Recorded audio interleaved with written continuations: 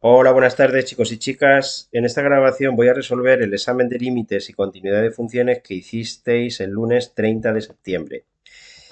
El examen pues tenía tres partes bien diferenciadas, las preguntas uno y 2 que son de cálculos de límites, la pregunta 3 que es del estudio de la continuidad de una función que sería el 3a y el 3b que es la determinación de las asíntotas de una función y el 4 que es los teoremas de aplicación, los teoremas relativos a las funciones continuas en un intervalo. Ese es en esencia el examen. Sin más preámbulo, pasamos a la primera pregunta que se centra en el cálculo de límites de los que yo digo que se resuelven utilizando el álgebra del infinito, es decir, que no hay que utilizar ningún procedimiento salvo saberse manejar en o con el infinito. En el 6a lo que tengo que hacer es calcular el límite cuando la x tiende a un valor concreto al 2 por la derecha de esta función. ¿Qué tengo que hacer? Pues evaluar esa función en el valor que me indica, con la esperanza de que no me salga una indeterminación. Esperanza que se desvanece porque fijaros que me queda 6 menos el logaritmo neperiano de 6 entre 0. Ahí tengo un problema, tengo una indeterminación ciertamente pequeña porque es de las que solamente pueden valer dos cosas, o infinito o menos infinito, posiblemente lo más contrario, o todo o nada.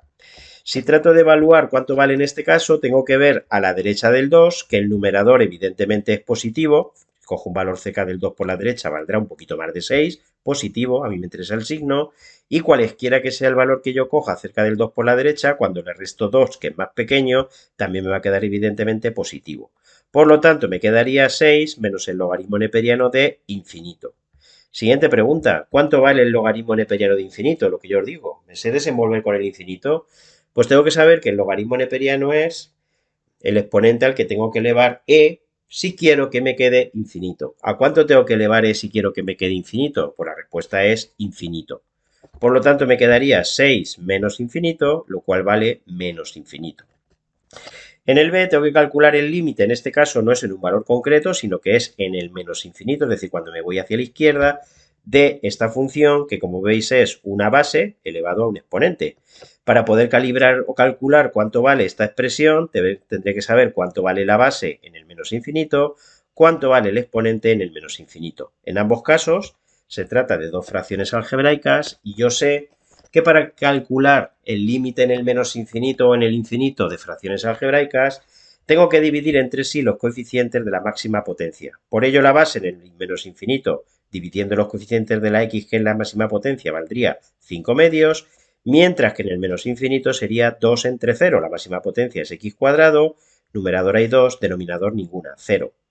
Ahí me surge la misma indeterminación que resuelvo evaluando o calibrando cómo es la fracción, ojo, la que está en el exponente, que es donde está la indeterminación, en el menos infinito. Para ello veo que si donde pone x cuadrado pongo menos infinito, me queda positivo, y donde pone 3x, si pongo menos infinito, me queda, en este caso, negativo. Por lo tanto, sería 5 medios elevado a menos infinito. Sé que cuando tengo que hacer una potencia y el exponente es negativo, invierto la base con el correspondiente exponente positivo. 2 quintos elevado a infinito, que es 0. ¿Por qué es 0? Pues porque 2 quintos es más pequeño que 1. Cuantas más veces lo vaya multiplicando por el mismo, más pequeño se va haciendo, acercándose, aproximándose a 0. Segundo límite, ya no se pueden resolver con lo que yo llamo la álgebra del infinito, sino que hay que utilizar ya bien procedimientos algebraicos o bien la regla de L'Hopital. El primero de ellos es un límite en el que aparece una fracción. Si la evalúo en el 0, fijaros que me queda 0 entre 0. Indeterminación que puedo resolver de una manera rápida utilizando la regla del L'Hopital. Ojo, no derivando la fracción, no. Derivando por separado el numerador, derivando por separado el denominador. Eso es lo que dice la regla del L'Hopital. Tengo que cambiar la función f, como quiera llamarla, que está en el numerador por su derivada, la función g, que está en el denominador, por su derivada. En el numerador, fijaros que la derivada de la suma y resta de funciones la hago sumando y restando las correspondientes de cada función. La derivada de cualquier constante, la derivada de 1 vale 0, más la derivada de 2x, que es 2, menos la derivada del coseno. Como quiera que la derivada del coseno es menos el seno, pero delante va un signo menos, que es como si fuese un menos 1 multiplicando, lo que me queda es 2 más el seno de x. En el denominador lo mismo, tengo tres funciones, pues la derivada sería la suma y la resta de cada una de las derivadas de esas tres funciones. Fijaros que en la primera lleva un número, una constante delante multiplicando. Cuando voy a derivar y delante aparece un número o una constante multiplicando, lo primero que hago es, cuando hago la derivada, poner esa constante delante multiplicando. Es decir, que la derivada de 3 por e elevado a 2x sería 3 y ahora lo tengo que multiplicar por la derivada de e elevado a 2x. La derivada de e elevado a algo es e elevado a algo, ojo, regla de la cadena, por la derivada del algo. Por lo tanto sería 3 por e elevado a 2x por 2. La derivada de 2x es 2, tal y como dijimos ya aquí arriba, la misma. Después tendría que poner más la derivada de e elevado a x, que es e elevado a x. Algo dirá, oye, ¿por qué no multiplicas por la derivada del algo? Pues en este caso porque la derivada de x vale 1, por eso no tengo que multiplicar. Y por último, menos la derivada de 4, que vale 0. Si evalúo la expresión que obtengo en el 0, veréis que en el numerador me queda 2 y en el denominador me queda 7, con lo que la indeterminación y por tanto el límite quedan resueltos. En el B tengo que calcular el límite en el infinito de el producto de dos factores. Obviamente tendré que ver cuánto vale el primer factor en el infinito, que evidentemente es infinito, y después ver cuánto vale el segundo factor en el infinito. Para ver cuánto vale el segundo factor en el infinito, tendré que previamente saber lo que vale en el infinito, lo que está en el paréntesis, y después calcular el límite. Es decir, es como que este límite lo metiese aquí dentro, ¿vale? Cuando calculo el límite de lo que está aquí dentro, cuando calculo este límite en el infinito, lo que está en el paréntesis en el infinito valdría 1. Por lo tanto, me quedaría el logaritmo neperiano de 1, que es 0, por lo que me queda la indeterminación de 0 por infinito. Una indeterminación que puedo resolver transformándola en una fracción. ¿Cuál de los dos lo paso abajo? Pues ya sabéis que cuando hay un polinomio, ese es el que conviene pasar el denominador, ojo, invertido. No puedo poner debajo, como hay gente que hace en el examen, 3x, no. Debajo tengo que poner 1 entre 3x, ¿vale? Cuando yo invierto un término en una fracción, lo que está en el numerador lo paso al denominador, lo paso invertido. Lo que está arriba multiplicando, el 3x lo tengo que poner abajo dividiendo. Por eso lo pongo dividiendo, el 3x dividiendo, ¿vale? Si vuelvo a pensar o a calibrar cuál es el valor del límite, me quedaría primero el logaritmo neperiano de 1, lo que está en el paréntesis en el infinito vale 1, logaritmo neperiano de 1 que vale 0, entre, y el denominador es 1 entre infinito, que es 0. Por lo tanto, me queda 0 entre 0, indeterminación que resuelvo aplicando la regla de L'Hopital. Vale. Fijaros que en el numerador en este caso tengo la derivada del logaritmo neperiano de algo. Tengo que saber que la derivada del logaritmo neperiano de x es 1 entre x, es decir, el inverso de x. Por lo tanto, la derivada del logaritmo neperiano de este algo será el inverso del algo, x entre x más 3, ojo, por la derivada del algo, regla de la cadena. Y la derivada del algo, tengo que derivar ahora, es decir, olvídate ya de esto, ya lo he derivado, es lo que aparece aquí. La derivada del algo es la derivada de una fracción. ¿Cómo se hace? Derivada del numerador, que es 1 por el denominador sin derivar, x, menos derivada del denominador, que también vale 1, por todo ello, por eso tengo que poner este paréntesis, numerado sin derivar, entre el cuadrado del denominador. Abajo fijaros que me vuelvo a encontrar con la derivada de una fracción. Derivada de una fracción, derivada de una división, se hace derivada del numerador, que es 0, por el de abajo sin derivar, menos derivada del denominador, que es 3, por el numerador sin derivar, y todo ello entre el denominador al cuadrado. Cuidado que hay gente que pone 3x cuadrado, no. Tengo que hacer el cuadrado del 3 y de la x, es decir, 9x cuadrado. Cuidado con ese 9, que mucha gente se la ha tragado. Lo único que me queda ahora es hacer cuentas con cuidado. Las cuentas que voy a hacer son en el numerador de la segunda fracción, quitar el paréntesis, que sería menos x menos 3, y el menos x se va con el más x, por lo tanto todo esto me quedaría menos 3. En el denominador, 0 por 3, que es 0, menos 3 por 1, que es 3, pues menos 3. Lo siguiente que voy a hacer es simplificar. Tened cuidado que hay gente que ha quitado esta x con esta x. No, hombre, no. En el numerador, fíjate que me quedaría menos 3x y abajo me quedaría x más 3, todo ello multiplicado por x y por x. Pues es una de esas x la que quito con esta. Por lo tanto, me quedaría menos 3 entre x por x más 3 o x más 3 por x, el orden da igual. Y en el denominador puedo simplificar menos 3 entre 9, que sería menos un tercio, simplificando entre 3, pues eso es lo que he hecho. Y tal y como os dije aquí, cuando os dije lo de invertir, lo de pasar abajo, lo que está en cada uno de los dos miembros dividiendo, lo paso al otro multiplicando. Me explico. En el numerador queda este menos 3 multiplicado por el 3x cuadrado que está abajo dividiendo y que pasa arriba, es decir, menos 9x cuadrado. Y abajo me quedaría x por x más 3, es decir, x cuadrado más 3x, multiplicado por el menos 1 que hay aquí abajo. Multiplicar por menos 1 es equivalente a cambiar de signo. Me queda, por tanto, menos x cuadrado menos 3x. Divido entre sí los coeficientes de la x cuadrado y fijaros que el límite me quedaría pues 9. Bien, os voy a contar otra manera de abordar o de resolver el mismo límite, ¿vale? Fijaros que, imaginaos que empezase de nuevo, llego aquí y me encuentro con un número, una expresión, multiplicando a un logaritmo. ¿Qué puedo hacer? Pues el número o la expresión que tengo multiplicando delante, 3x, montarlo en el exponente del logaritmo. Fijaros que yo normalmente estoy acostumbrado a hacerlo al revés. Cuando tengo el logaritmo neperiano de una potencia, coloco el número delante multiplicado. Pues en este caso lo que voy a hacer es al revés. Lo siguiente que voy a hacer es, para calcular cuánto vale el límite en el infinito, lo que antes he dicho de palabra. Primero veo lo que vale esta expresión en el infinito y después calcularé el logaritmo neperiano. Pues eso que antes he dicho de palabra, lo escribo. Hago el logaritmo neperiano del límite. Si evalúo lo que vale el límite en el infinito, me queda la base vale 1 y el exponente vale infinito. Es decir, que me queda la indeterminación de 1 elevado a infinito. Una manera de resolver la indeterminación de 1 elevado a infinito y de por tanto hacer el límite es e elevado a el límite en el mismo lugar de el exponente 3x por la base menos 1. Y aquí hay que tener un poco de cuidado. A ver, se me ha ocurrido hacer eso porque el logaritmo neperiano me viene fenomenal, porque yo sé que el logaritmo neperiano y la función elevado a son inversas la una de la otra, o recíprocas. Es decir, que el logaritmo neperiano de elevado al límite será directamente el límite. Como si cojo el límite más 3 menos 3, pues será el límite. O 2 por el límite menos 2 será el límite. O 2 veces el límite entre 2 será el límite. O el límite al cuadrado de por raíz cuadrado será el límite. Y otra cosa que he hecho en el paso que sigue es, en vez de menos 1, el menos 1 ponerlo con el mismo denominador. ¿Vale? Lo demás ya es hacer cuenta. Me quedaría 3x que multiplica a x y me queda x menos x que se va más 3. Es decir, 9x entre x. Divido entre sí los coeficientes de la máxima potencia y me queda 9. Yo creo que en este caso las cuentas son más fáciles que mediante este otro procedimiento, ¿vale? Me evito utilizar la regla del L'Hopital y es otra manera de resolver la indeterminación 0 por infinito cuando aquí aparece un logaritmo neperiano. Vale, en realidad se puede hacer siempre así, ¿eh?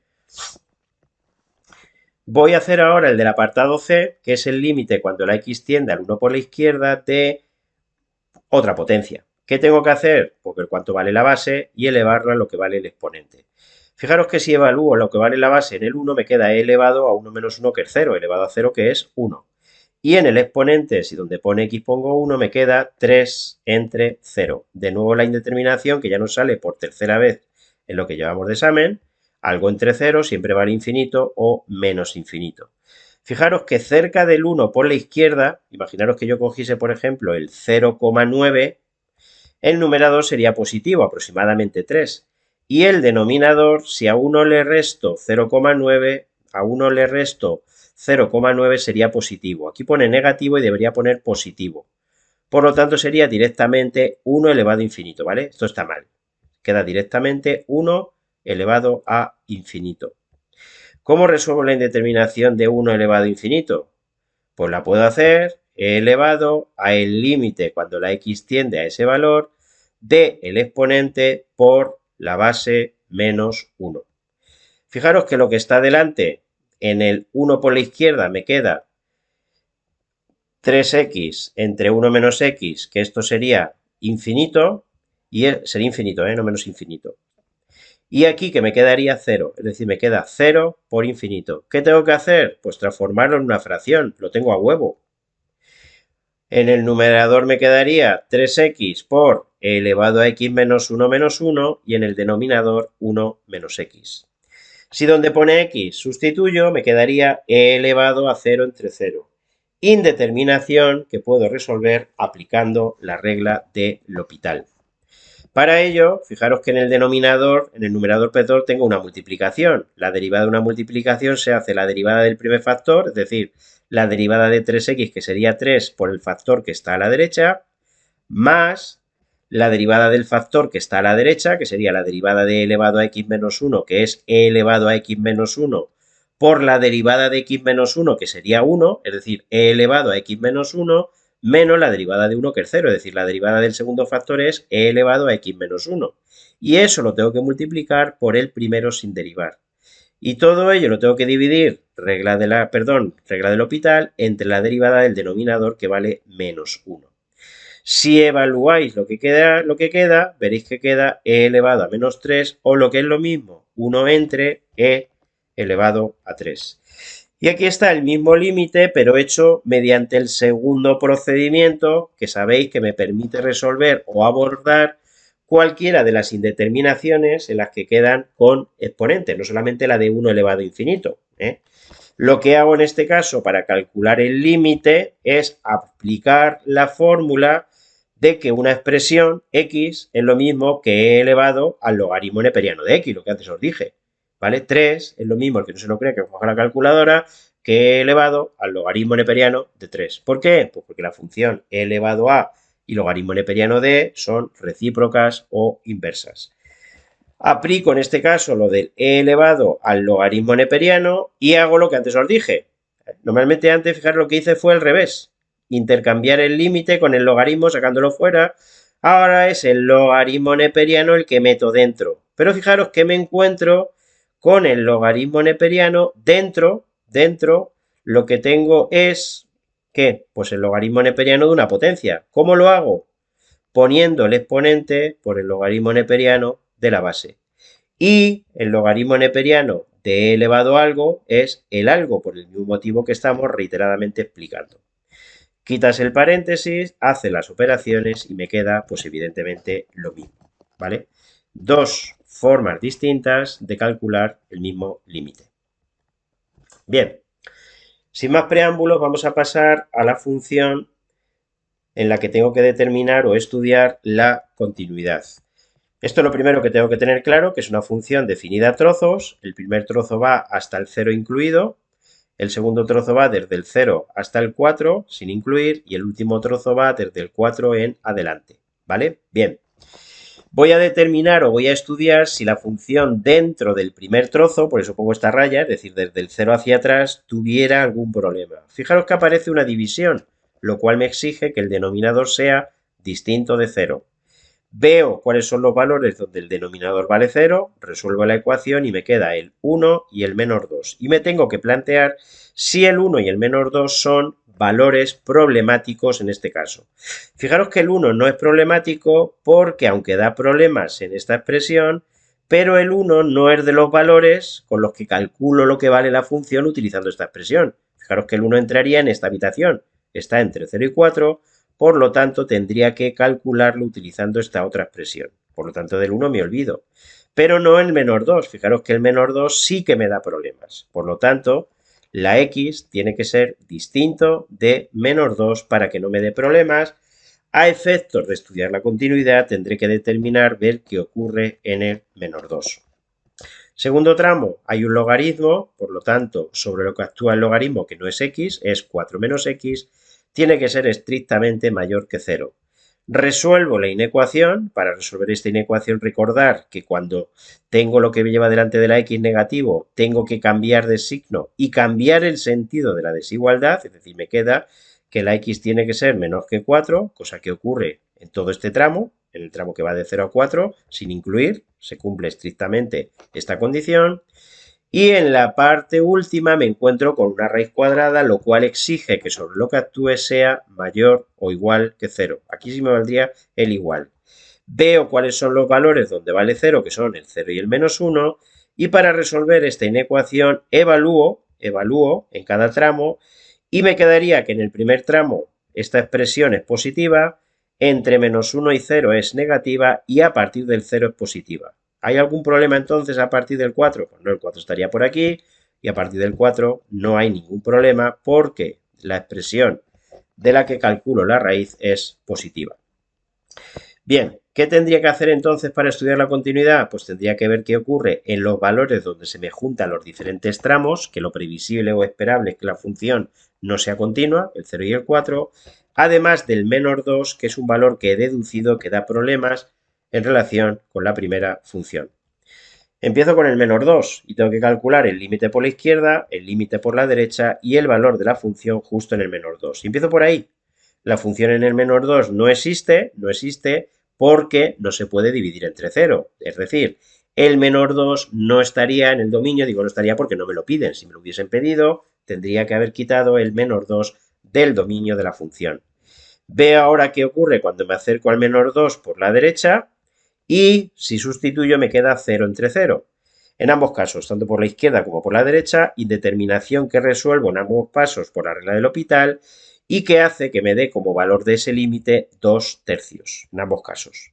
Por lo tanto, el tipo de discontinuidad que tiene la función en x igual a menor 2 es una discontinuidad evitable.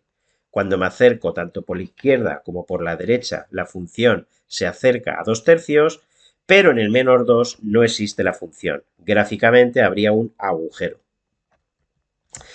Voy a ver ahora qué ocurre en el 0 y para ello voy a calcular el límite por la izquierda, el límite por la derecha y f de 0. Cuando me acerco al 0 desde la izquierda, fijaros que la función, la expresión que tengo que coger para calcular el límite es la primera, x cuadrado más 2x entre x cuadrado más x menos 2, el límite vale 0. Cuando estoy cerca del 0 por la derecha para calcular el límite lo tengo que calibrar o evaluar con esta otra función. Me quedaría 1 más el logaritmo en base 2 de 4. El exponente al que tengo que elevar 2 para que me quede 4 sería 2. 2 más 1, 3. Y lo que vale la función en el 0, fijaros que el 0 entra en el primer tramo. Lo tendría que evaluar mediante esta expresión y me da lugar a 0. ¿Qué tipo de discontinuidad tiene la función? Os pregunto por el tipo de discontinuidad porque veis que las tres valores no coinciden. Pues es una discontinuidad de salto finito. Me queda por ver, ya para terminar, qué ocurre cuando me acerco al 4 desde la izquierda, desde la derecha, y cuál es el valor de la función en el 4. Para calcular el límite cuando me acerco al 4 por la izquierda, tendría que utilizar esta expresión. Cuando estoy cerca del 4 por la izquierda, esta es la expresión que tengo que utilizar. Me quedaría 1 más el logaritmo en base 2 de 0. ¿Cuánto vale el logaritmo en base 2 de 0? ¿Cuál es el exponente al que tengo que elevar 2 si quiero que me quede 0? ¿Infinito como antes? No. 2 elevado a infinito no es 0, 2 elevado a infinito es infinito. Menos infinito, efectivamente, 2 elevado a menos infinito sería un medio elevado a infinito, que efectivamente es 0. Por lo tanto, el logaritmo en base 2 de 0 vale menos infinito. Me quedaría 1 menos infinito, que es menos infinito. Y cuando me acerco al 4 desde la derecha, tendría que calcular el límite utilizando esta expresión. Me quedaría la raíz cuadrada de x cuadrado más x, evaluándolo en el 4. Me queda la raíz de 20, que podéis ver que es 2 raíz de 5. Y por último, lo que la función vale en el 4, fijaros que el 4 lo tengo que calcular utilizando la raíz, sería 2 raíz de 5. ¿Qué ocurre? Pues que por una de las dos partes, en concreto cuando me acerco desde la izquierda, la función se va hacia el menos infinito, se hunde hacia abajo, por lo que tiene una discontinuidad de salto infinito o asintótica. Vamos a pasar ahora al apartado B y justamente me quedo o empiezo por donde me quedé, o asintóticas, asíntotas verticales. ¿Dónde están las asíntotas verticales de la función? Pues las asíntotas verticales se encuentran en el lugar donde hay una discontinuidad asintótica o de salto infinito, es decir, en x igual a 4. La asíntota vertical es la recta x igual a 4. Si dibujase la gráfica de la función, vería que cuando me acerco al 4 desde la izquierda, tal y como antes vi, se acercaría a la asíntota, se hundiría acercándose a la asíntota. Vamos a pasar ahora a las asíntotas horizontales y para ello tengo que ver si bien cuando me voy hacia la izquierda o bien cuando me voy hacia la derecha la función se estabiliza en algún valor. Cuando me voy hacia la izquierda, fijaros que el límite tengo que calibrarlo, evaluarlo con esta expresión, cuando me voy hacia la izquierda, expresión que tal y como antes dijimos tengo que calcular, límite que tengo que calcular dividiendo entre sí los coeficientes de la x cuadrado. Me quedaría, por tanto, que el límite vale 1. Por lo tanto, sí que la función se estabiliza en un valor cuando me voy hacia la izquierda y ese valor es el que me determina la asíntota horizontal. La asíntota horizontal sería la recta y igual a 1 en el menos infinito, es decir, por la izquierda. Si calculo ahora el límite por la derecha, tengo que calcular el límite mediante la raíz. Evidentemente sería la raíz de infinito, que es infinito. Es decir, que cuando me voy hacia la derecha la función crece, se va hacia arriba, por lo que no se estabiliza en ningún valor. No hay, por tanto, por la derecha asíntotas horizontales. Y me falta para terminar las oblicuas. Ya lo he dicho otra vez, lo vuelvo a repetir, que las horizontales y las oblicuas son incompatibles entre sí. Si cuando me voy hacia la izquierda la función se estabiliza en el 1, es imposible que se estabilice en una asíntota, en una recta que no sea horizontal. Por lo tanto, por la izquierda, en el menos infinito, no hay asíntota oblicua. ¿Podría haber por la derecha? Podría haber. No hay asíntota horizontal tal y como antes vi. Por lo tanto, podría haber. Podría, ¿eh? Porque hay funciones, muchas de ellas, por ejemplo, la función f de x igual a x cuadrado, la parábola de toda la vida, que no tiene asíntotas en el infinito, ni en el menos infinito, ni horizontales ni oblicuas. Pero en este caso, como en el infinito no hay asíntota horizontal, podría tener una asíntota oblicua. De todas las ecuaciones de las asíntotas oblicuas voy a coger la ecuación explícita. Sabéis que la m es la pendiente y la n es la ordenada en el origen.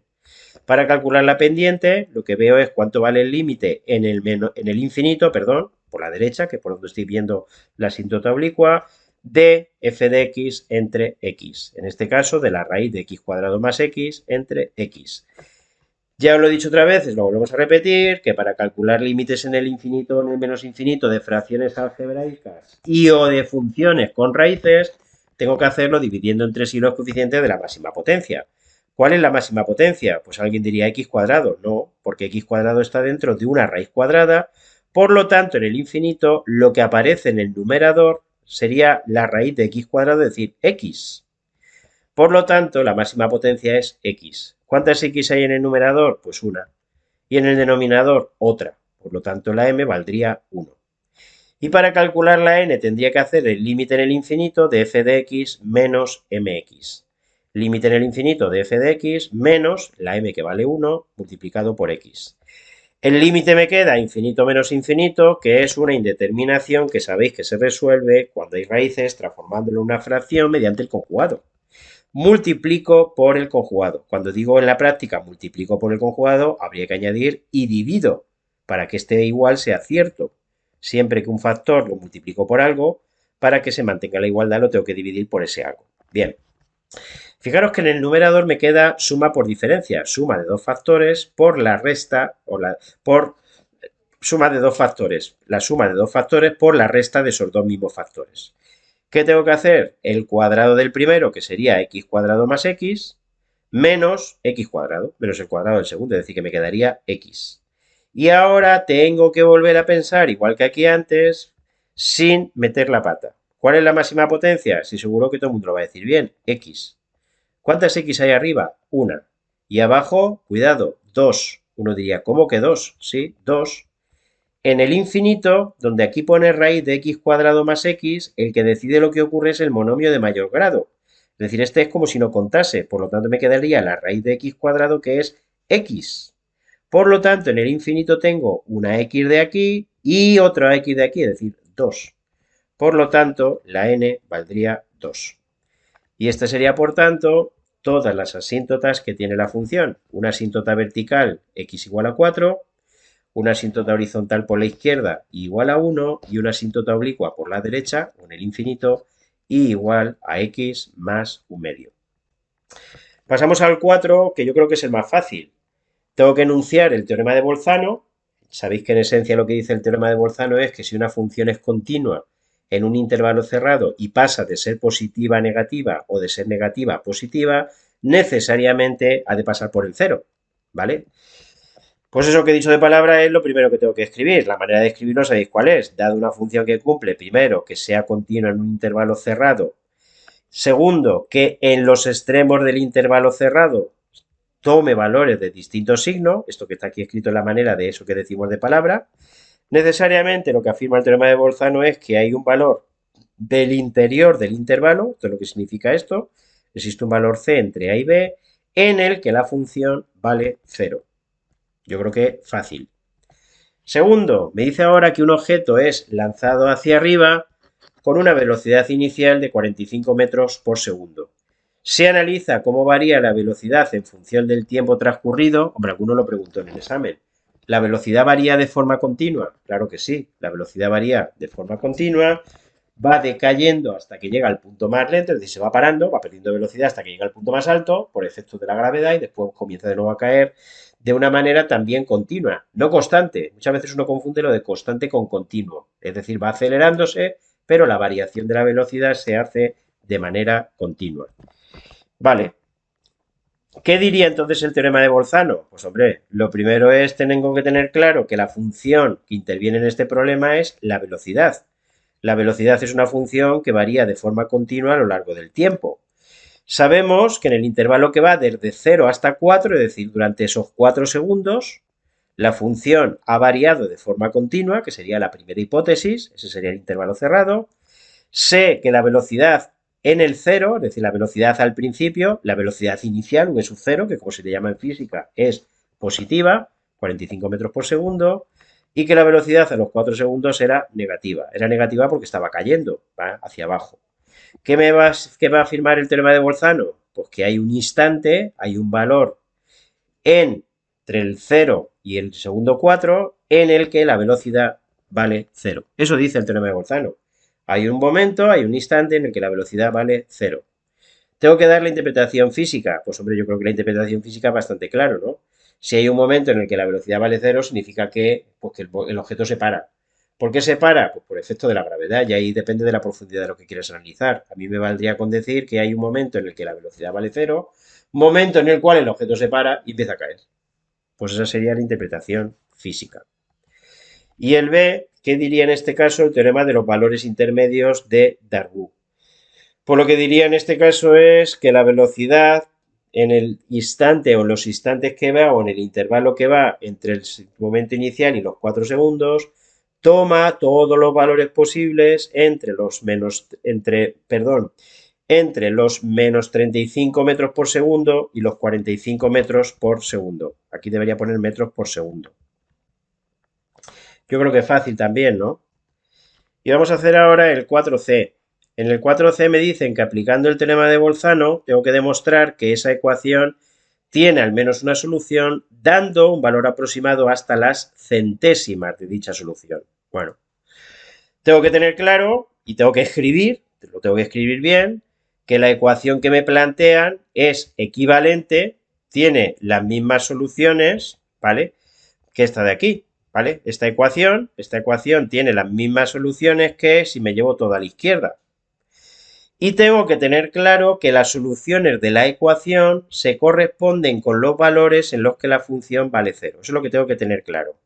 Resolver esta ecuación es equivalente a si cojo lo que hay a la derecha y me lo llevo a la izquierda. ¿Vale? Eso es lo que tengo que tener claro. Me da igual resolver la ecuación 2x igual a 3 que 2x menos 3 igual a 0. Me da igual resolver la ecuación x más 1 igual a 8 que x más 1 menos 8 igual a 0. Y aquí la que está en rojo es la función con la que tengo que jugar y a la que tengo que intentar aplicar el teorema de Bolzano. Evalúo, pienso cómo es esta función. Fijaros que la función seno es una función que es continua, siempre va haciendo lo mismo. Y la función logaritmo neperiano de x menos 1, ojo, que no siempre es continua. Será continua a partir de donde existe.